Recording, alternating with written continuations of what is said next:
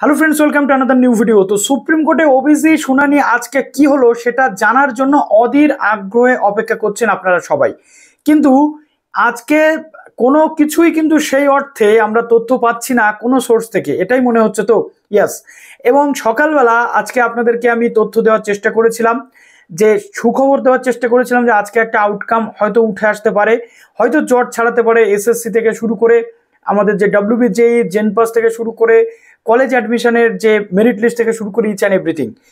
তো কি হয়েছে আজকে সেখানে ডিসকাস করবো। যারা নতুন আছেন অবশ্যই চ্যানেলটিকে সাবস্ক্রাইব করে পাশে থাকা বেল আইকনটি ক্লিক করে দেবেন, যাতে সব তথ্যগুলো আপনার টাইম টু টাইম এখান থেকে পেয়ে যান। এবং প্লিজ ভিডিওটা প্রচুর শেয়ার করবেন বন্ধুদের মাঝে এবং হাইপ বাটনে ক্লিক করতে ভুলবেন না। তো দেখুন, এতদিন ধরে যে কেসটা ঝুলে আছে, তারিখ পে তারিখ হিসেবে চলছে, আলটিমেটলি কোনো কনক্লুশন নেই। সেই 2024 থেকে 2024-এর যে মেন মামলাটা সেটাও এখনো শুনানি কিন্তু হয়নি।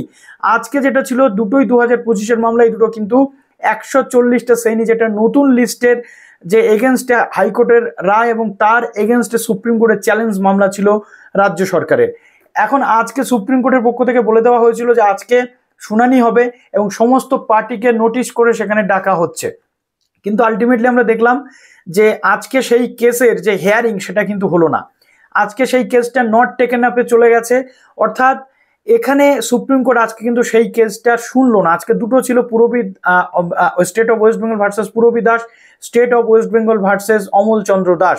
এবং এখানে আমাদের যেটা আজকে একটা আউটকাম উঠে আসার কথা ছিল, আমরা ভাবছিলাম যে হয়তোবা আজকে কোনো নিষ্পত্তি হতে পারে বা কোনো অর্ডার পাস হতে পারে, কিন্তু সেই অর্থে কোনো অর্ডার কিন্তু পাস হলো না। আটকে যেমন ছিল প্রত্যেকটা প্রসেস, সেই রকম ভাবেই কিন্তু প্রসেসগুলো আটকেই থাকলো, কেননা সুপ্রিম কোর্ট কোনো সলিউশন আজকেও কিন্তু করে দিল না। অর্থাৎ এখান থেকে যেটা আমরা দেখতে পাচ্ছি যে রীতিমতো একটা সিরিয়াস ম্যাটার নিয়ে দিনের পর দিন যেভাবে টাইম নষ্ট হচ্ছে ছাত্রছাত্রীদের, অন্ততপক্ষে এই ছাত্রছাত্রীগুলোর মুখের দিকে তাকিয়ে এই কেসটার অতি দ্রুত ডিসপোজাল করা কিন্তু একান্ত জরুরি। সরি টু সে বলতে বাধ্য হচ্ছি, এটা জুডিশিয়াল ম্যাটার, তবুও আজকে এই কেসটার জন্য ওয়েট করছিল প্রত্যেকে। তার কারণ জয়েন্টের রেজাল্ট অলরেডি আমরা দেখেছি যে বেরোতে বেরোতে আটকে গেল, কলেজ অ্যাডমিশনের মেরিট লিস্ট আসছে না, এবং জেনপাস ইউজি থেকে শুরু করে জিএনএম এএনএম থেকে শুরু করে প্রত্যেকটা জিনিস কিন্তু আটকে রয়েছে। যদিও বা কোর্টের কোনো নির্দেশিকা নেই যে অ্যাডমিশন প্রসেস আটকে থাকুক বা ফর্ম ফিল আপ করানো যাবে না।